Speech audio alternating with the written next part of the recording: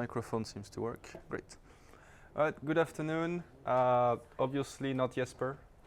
He is away somewhere.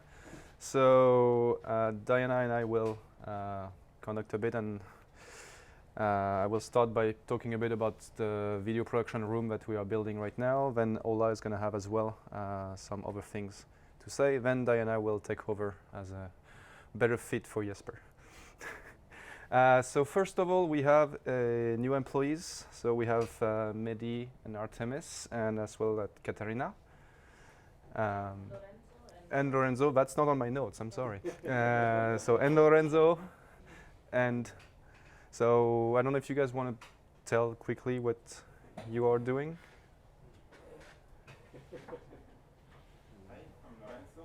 I'm from Italy, and I'm working together with Mirko, Mauro, Diego, and so on several systems. And right now I'm a research assistant here at LNU, and hopefully evolving and continuing working with you in the next year. Hey, my name is Laure, and I'm going to work with Diana most, and to recruit some new students for the new program that is Techniques program, civil engineer program. So yeah, I will do that the next month.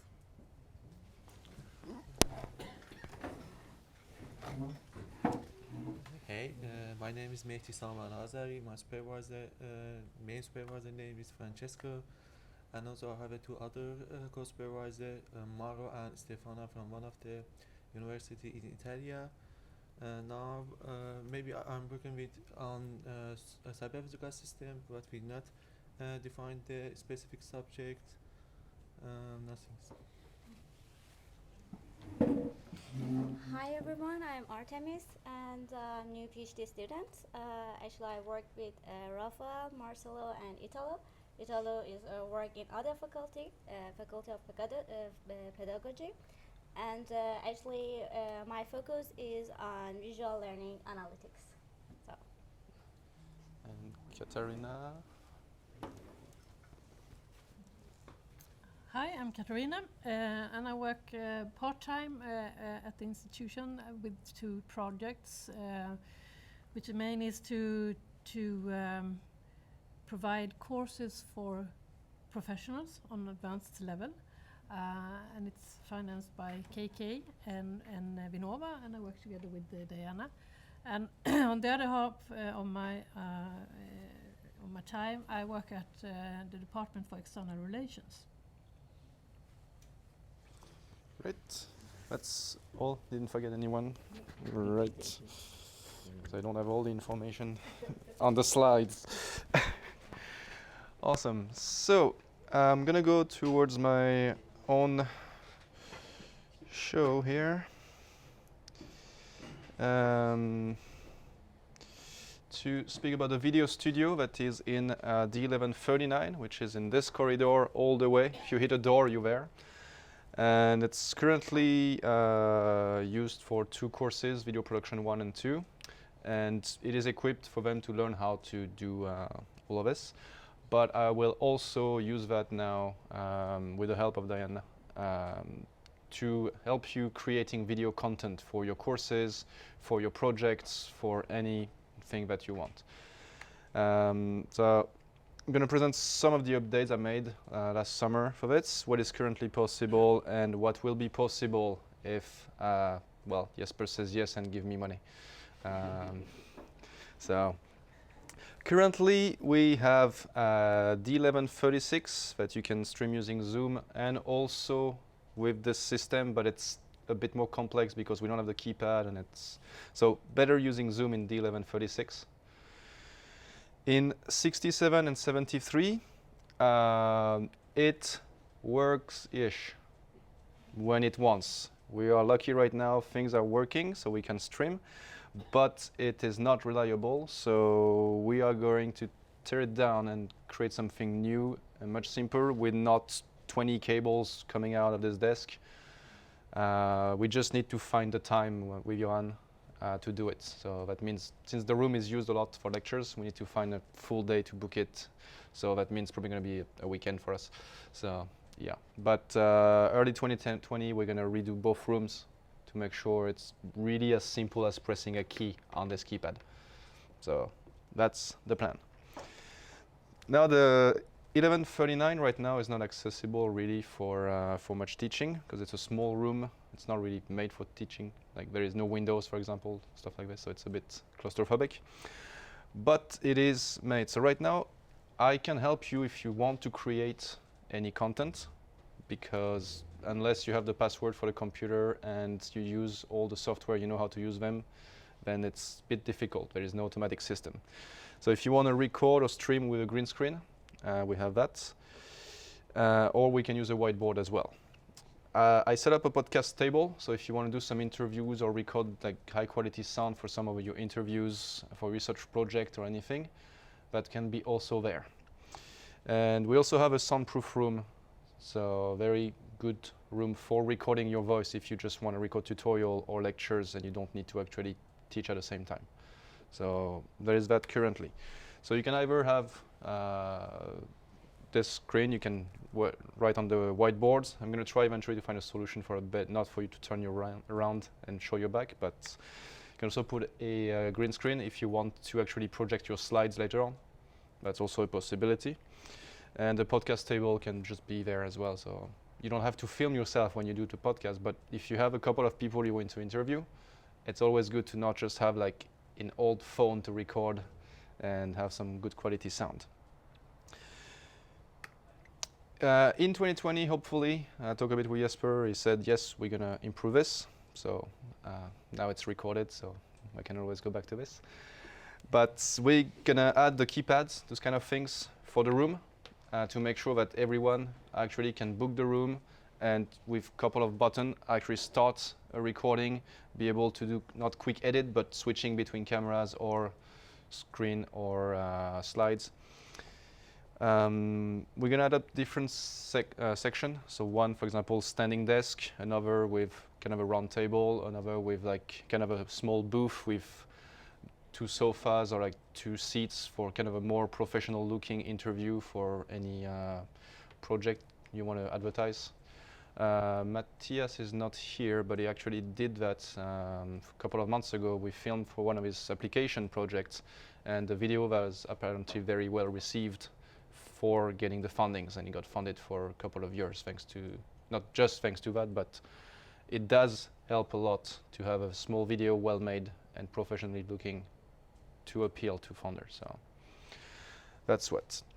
Eventually I would like to have a glass board for you to be able to write, and we just flip the image on post-production and then you can actually show what you're doing, but it's avoid, looking at the camera and just showing your back. So I want to add this. We'll see if we can do that. So yeah.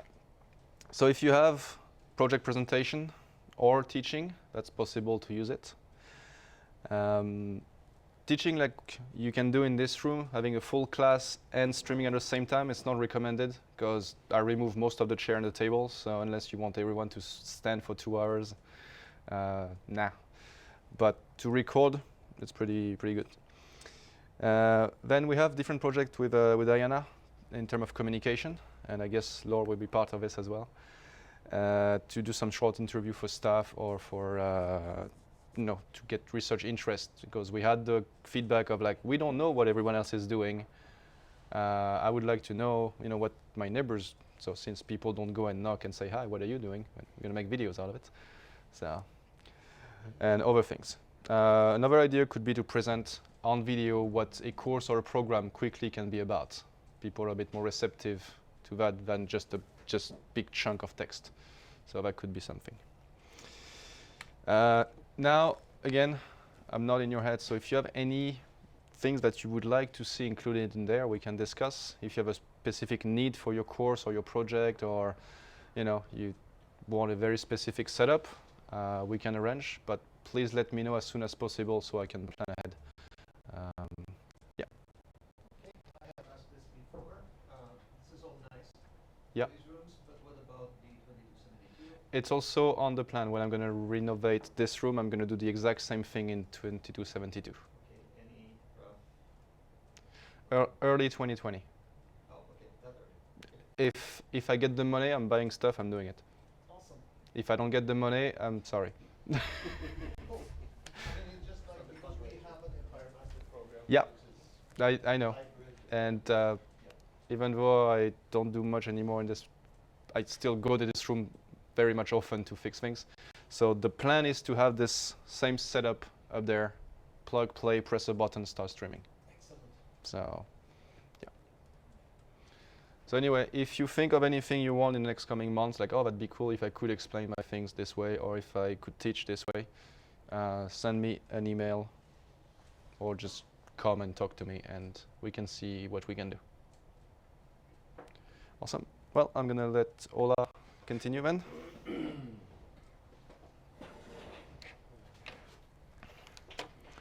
Oop. So, she need power.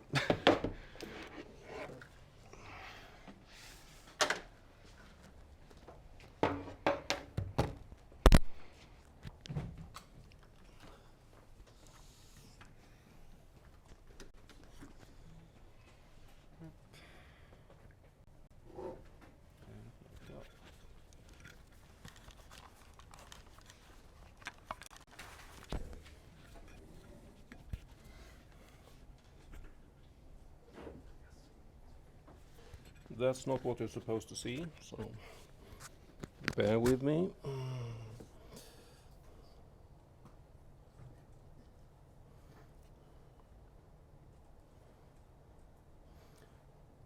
Okay.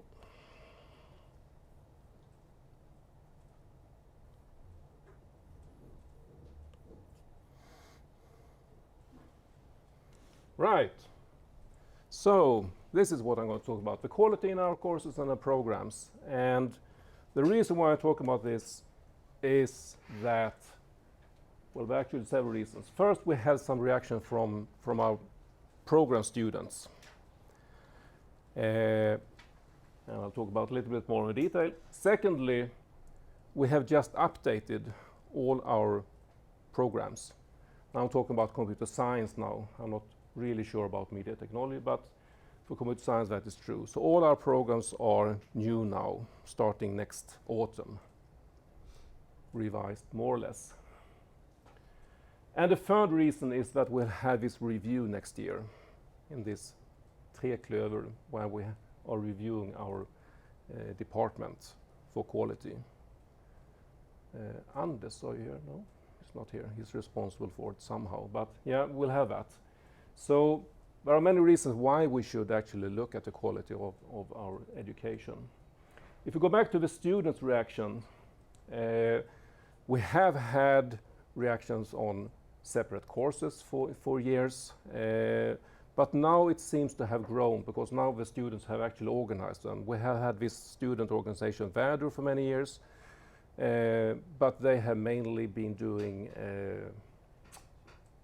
parties and so on. But now they have reactivated what's called an education committee in that. And that was one of the reasons why it started initially. And now they are gathering forces in that student union to try to make sure that we do better education. And here we see some of the problems that they think we have with some of our courses. First is that the course plan does not match the actual course we give. That may be because we didn't update the course plan for a long time, or maybe we didn't look at it too much. Secondly, in some courses we don't have literature that they feel is relevant. And could be old literature, or it could be not very academic literature or whatever. So that is some point that I'm talking about. Then they are complaining that courses have too little lecturing. We have a course, we give tasks, they let students do most of the work themselves. They want more structure in the courses. And that is something that we probably need to meet, because the student that we get now has really changed over time if we look back. they need more support from us, students we have today. And the last thing is that the practical work in the course is not always aligned with the theory we're having in courses. And the reason for that could be that we didn't explain it very well, or one thing that I seen myself in the course is that we have had teaching assistants on the practical work for a long time. And we have let the teaching assistants do the practical work, and then it's grown in some way that is not always in line with the theory of the course. So we may need to make sure that the practical work is actually in line with what we do. So the main reason why we should look at this, and as I said, things to consider here when we do this work now is to look at where the course is. Most courses are part of one or several programs, which means that it builds on something and it's supposed to make a foundation for something else. Sometimes that is lacking, that well-structured way through the courses.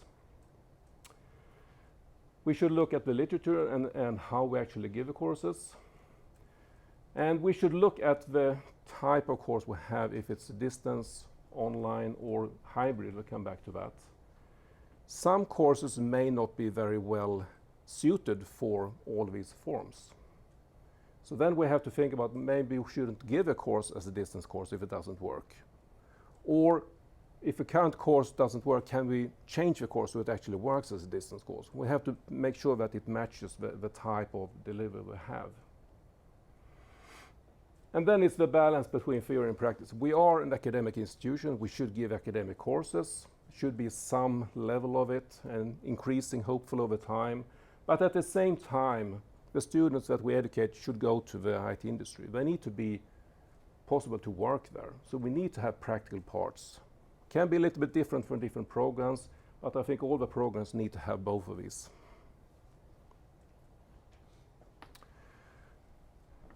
So, as I said, all our programs are in computer science are changed now, starting next autumn.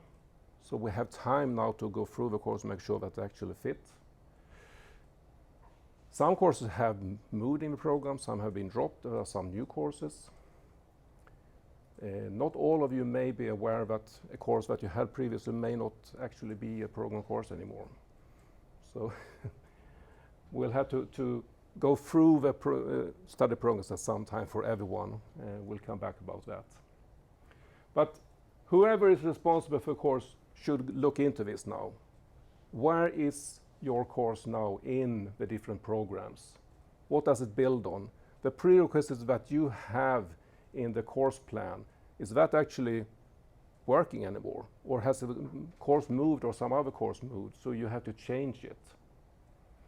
And what other courses are building on your course? Is your content relevant for the courses that builds on it? And at the same time, look at how we actually plan and deliver the course. Should we do some changes on it?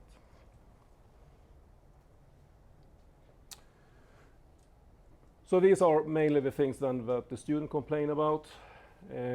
So what we can do is make sure that we have up-to-date literature, that we give lectures actually on the course, but lectures can of course be different things. It can be normal online or on normal campus, it can be online or recorded, but to give a structure in the course we need to give the students some information in a structured way.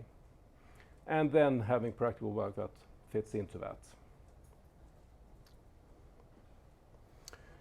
Then at the end, if we do that, we can look at other ways, other pedagogic ideas that we should introduce in the courses with peer reviews or seminars and so on. And of course, over time in the programs, this type of education can increase in the courses as the students get more into our system and how it works. Then we have these what's called hybrid courses. We give courses on campus, sometimes both campus, and sometimes also online. So we may have 3 different versions of the same course. And we do that mainly to save money, actually. But even for these hybrid courses, we need to make sure that they work for all the different student groups that are part of the course. So actually, Jesper have made a list of things that we need to live up to if we have one of these hybrid courses. So you as a teacher need to have contact with all the different groups and possibly all the different staff involved for these different types of education. We may have teaching assistants in Växjö, Kalmar, and for these online students. We have to make sure that everything is working there. This one is new. You need to plan and organize lectures at both campuses. So at least 1/3 of the lecture should be on place on each campus that the course is given on. Lab support to tuition should be available on campus all the time. Examination should be done in a way that is same or similar. We shouldn't require the students in Kalmar, for instance, to do examination online if they are campus students, or the other way around. And exceptions should be discussed in advance with Jesper and or the program coordinator. And if you have to change things, make sure that it still is a balanced way of giving the education for all these different modes here.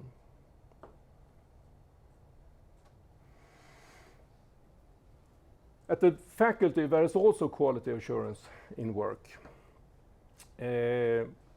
Morgan probably knows more about this, but just have a few points here that is going on. There will probably a new ProDean that is responsible for bachelor and master level education. We don't have that today. There will be some type of committees or boards for these educations. Could be one big or several, it can be in two different levels, we don't know, but there will be new boards for bachelor and master education. And program coordinators will probably have a bigger role in the future than they have today. More power, more things to say.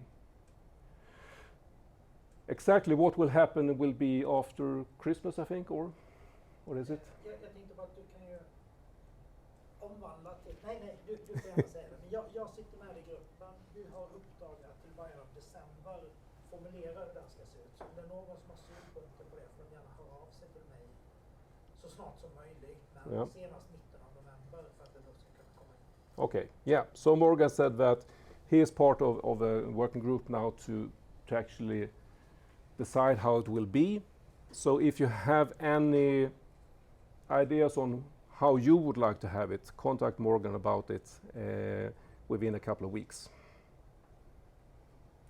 But the idea is that it will be launched in the spring, I guess, directly in the spring semester. The emphasis here at the end is that you are responsible for a course, but the course is part of one or several programs. Whenever you do a change in a course, make sure to consult the program coordinator in the future to make sure that that change is working within the context of the program. And some of you have courses that are given for maybe 4 or 5 programs. You need to consult all of them. So it's a bit of a new style of work perhaps, but it's needed to make sure that the programs actually work, because it's mainly the program that we need to think about here. So that's it. Any questions or comments so far? Yeah? A silly question, but would the budgeting of the courses be changed to reflect these additional things? For No. example, like if we have to do a hybrid course, I mean, I'm doing, all of my courses are hybrid, and I know very well that if I were to set up individually on-campus course and one that is perfectly suited to be online, I would need to put, I mean, compromises have to be made, Yeah. and I can do that with a current budget. Yeah. But if I have to basically set up 2 different courses, or as you say, even 3 different courses, if you consider Yeah. hybrid, Yeah, that's a good question. The course budget. If we need to give a course in different modes, will we get a higher budget for it? Excellent question. I'll have to refer it to Jesper.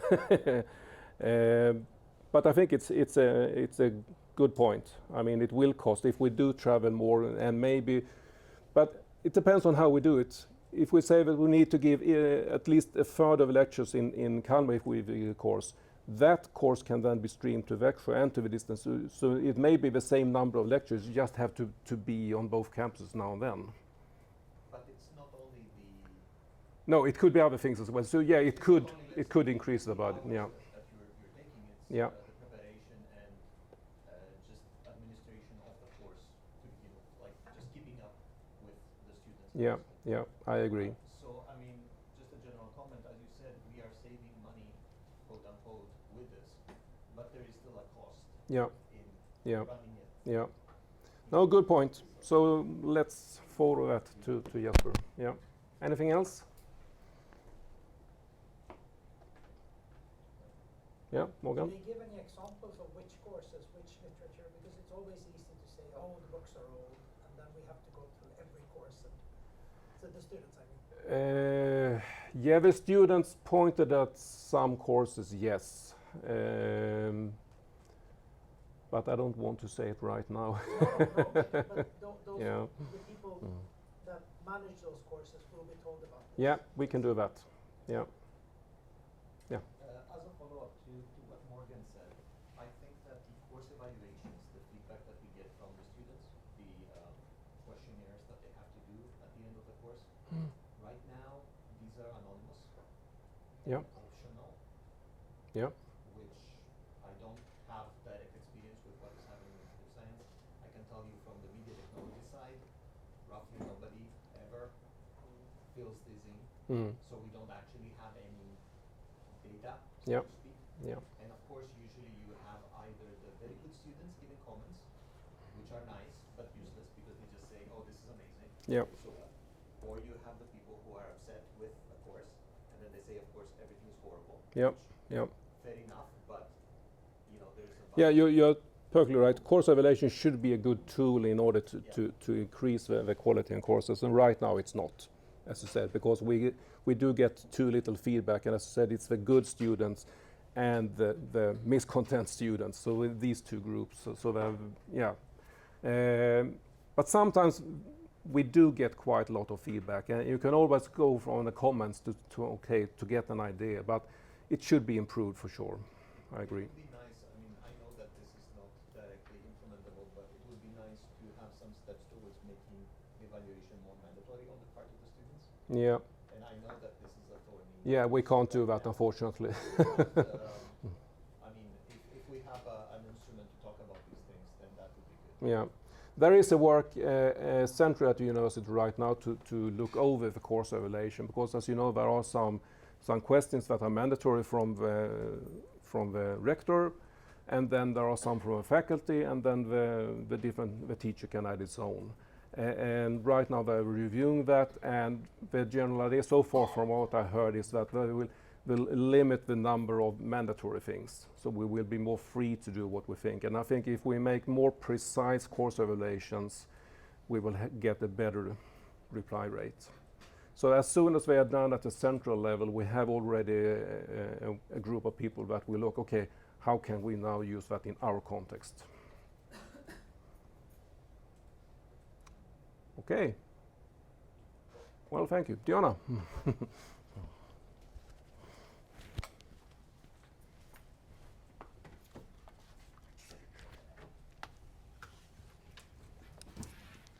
And since I don't have the same height as Ola, I have to stand next to the screens rather than behind them. I don't think that helps that much, but yeah, thank you. Technology can't help you. Nope.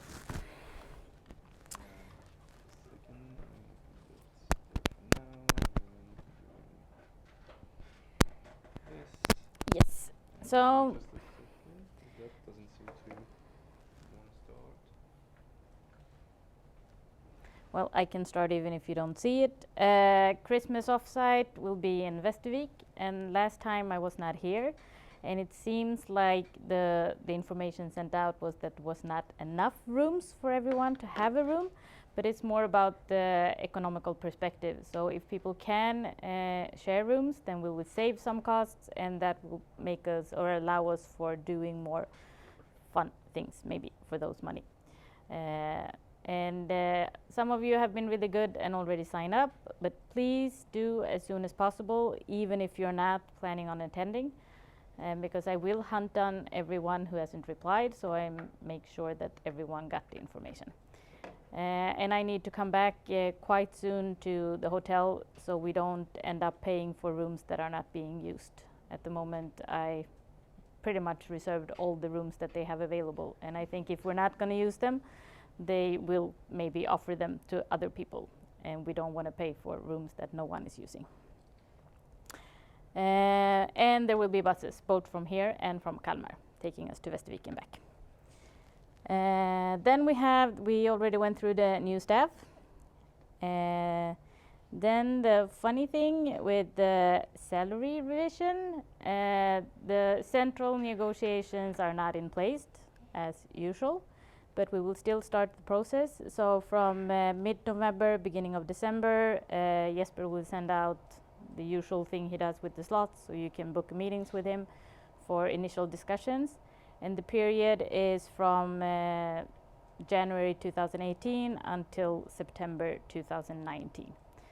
And as usual, if you have been employed in the last couple of months, you are not a part of this year's revision. Swedish courses. We have quite a few people in our department who do not speak Swedish, or at least not feel comfortable speaking a lot of Swedish, even if you understand it. Mauro said that he wanted to spend more time on intensive courses, so we've been talking to the central administration, and they will set up intensive courses. And by intensive, the real intensive one will be about 3 times per week for a couple of months, so that you will really practice and learn.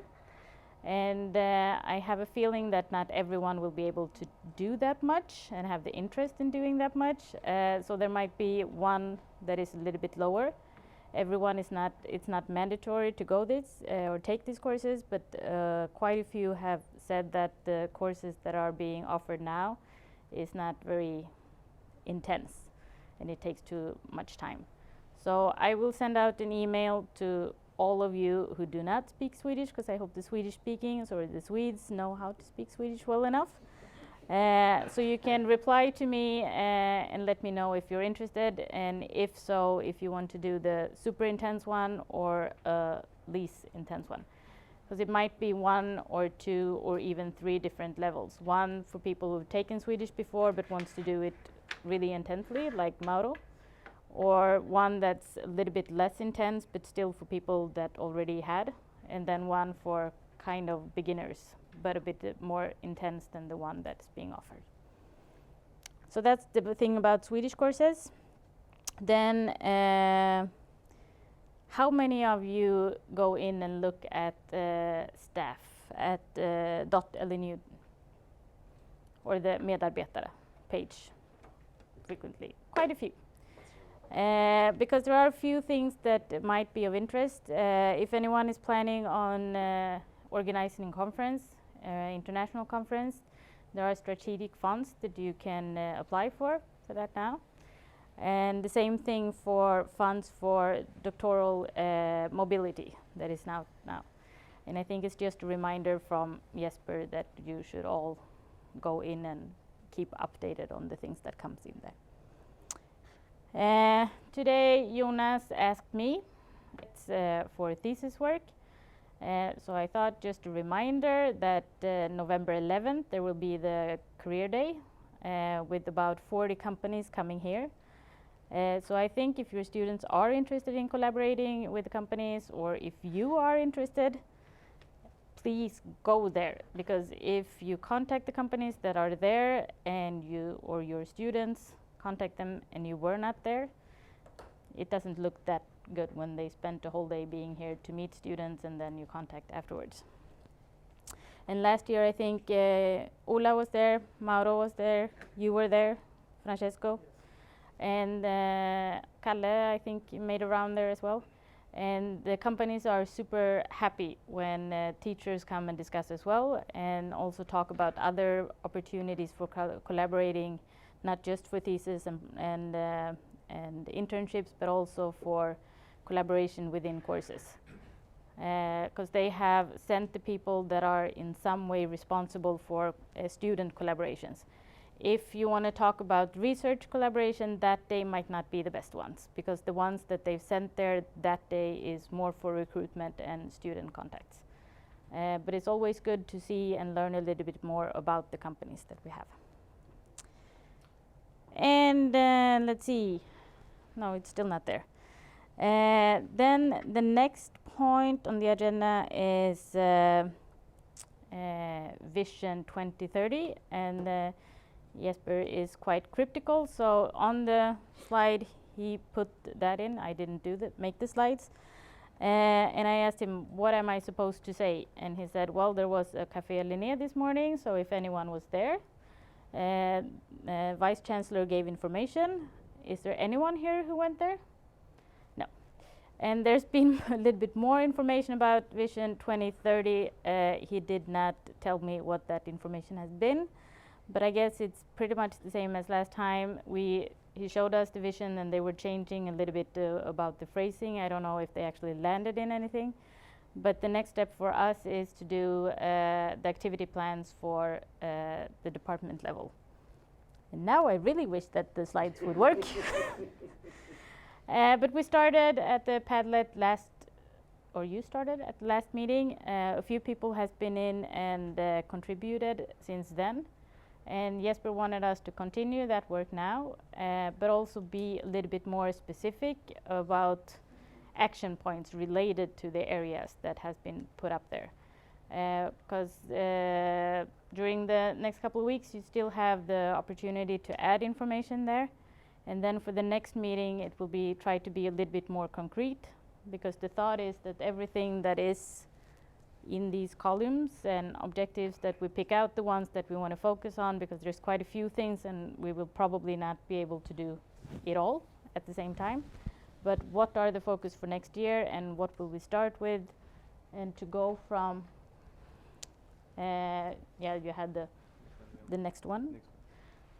And you have the different areas, but to have in many of the ones that we have now and that's been added, it's been quite a lot of focus on the problem descriptions and negative effects, a little bit less on the ones below. What are the objectives for next year?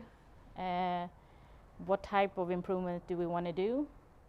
And also key results and how will we measure them, and the activities.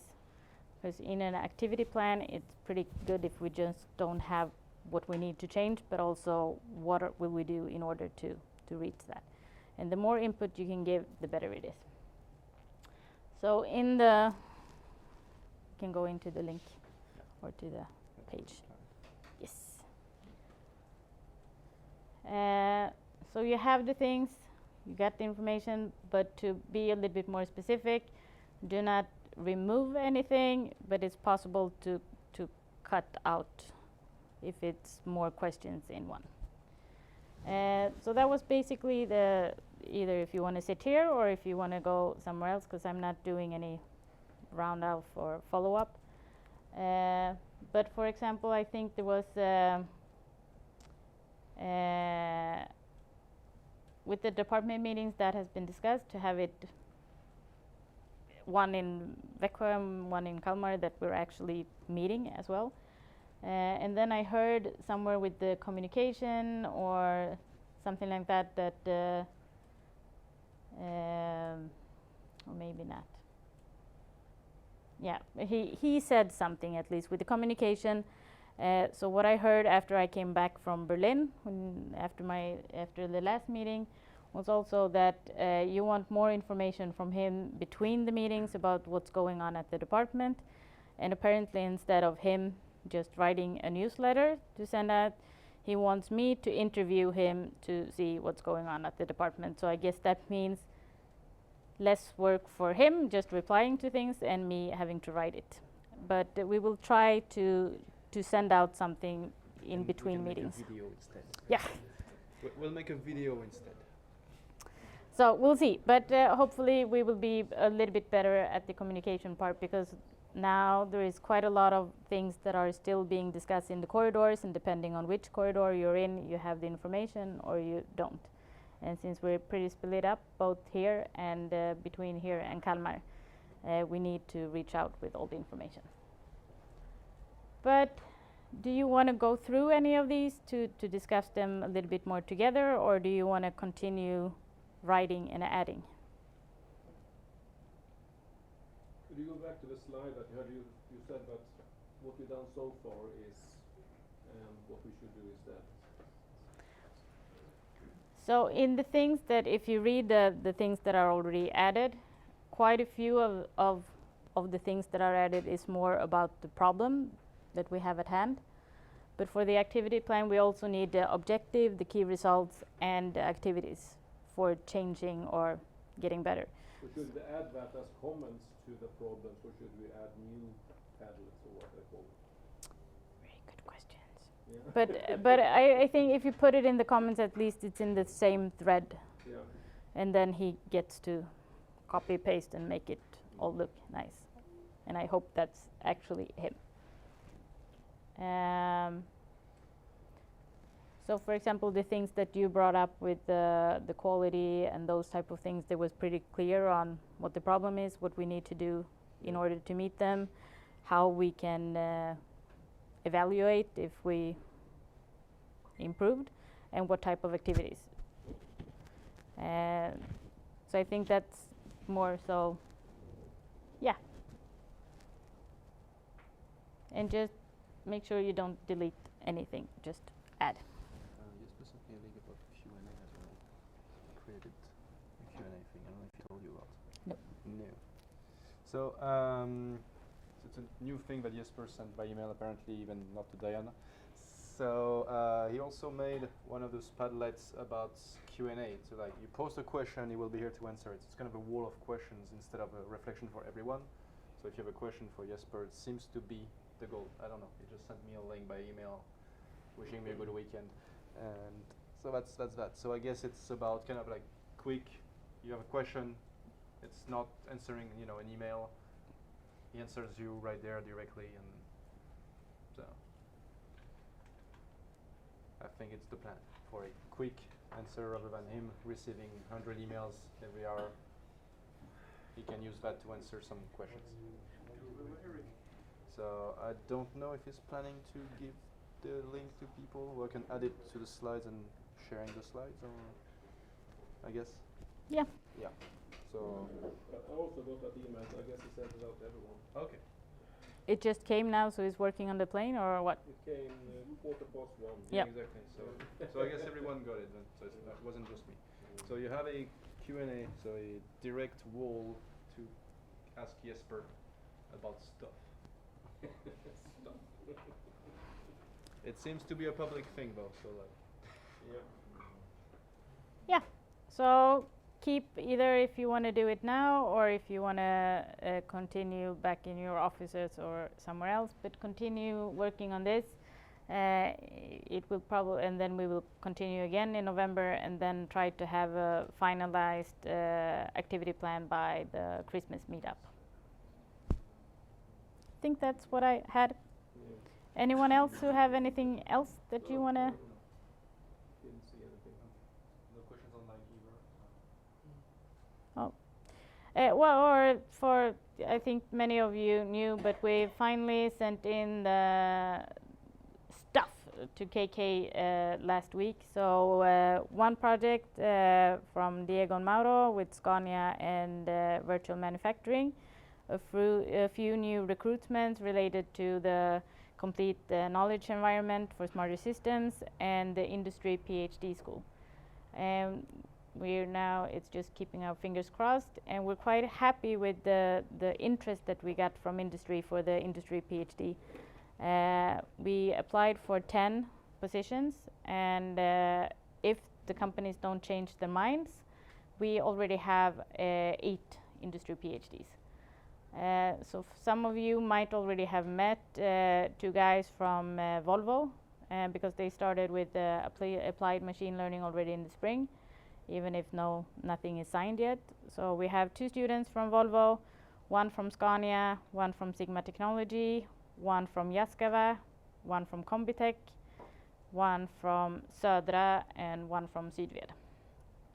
So I think it's pretty good. So the Volvo one started already in the spring. Scania have their recruitments out now, and they will probably start directly after spring. Combitech, they already have their person, and they haven't decided when he will start. And the others will recruit, but are waiting for the decision from KK before they start recruiting. But I guess it's also a positive sign that Scania already went out with the ad, which means that they are. Yes, so they will most likely have an industry PhD no matter if they get funding from KK or not. So there will be a little bit more mixed groups of PhD students, even if they will mainly stay at their companies, but they will come in for courses and things. I think that was it. So keep working on the activity plan.